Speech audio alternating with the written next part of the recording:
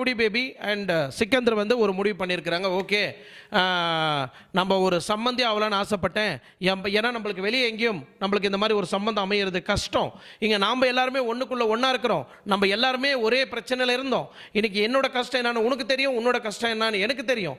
நம்ம எல்லாம் சேர்ந்து ஒரு குடும்பமாக இருக்கலாம் அப்படின்னு ஒரு முடிவு பண்ணாக்கா நீ இப்படி பண்ணுறியா அப்படின்னு இன்றைக்கி சூர்யா ரவுடி பேபி மன உடைச்சல் கொடுக்குறாங்க, டார்ச்சர் பண்ணுறாங்க.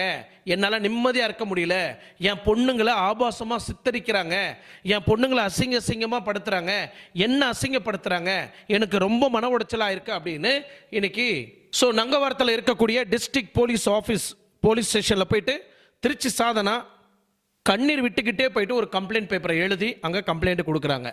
அந்த இடத்துல கம்ப்ளைண்ட் கொடுக்க ஒரு தருணம், எனது பெண் குழந்தையும் ரொம்ப மன உளைச்சலுக்கு உள்ளாகி ஆபாச வார்த்தைகளால் வந்து என்னோட 2 பெண் குழந்தைகளுமே வந்து பச்சையாக கொச்சையாக வந்து பேசுகிறாங்க சார். இது வந்து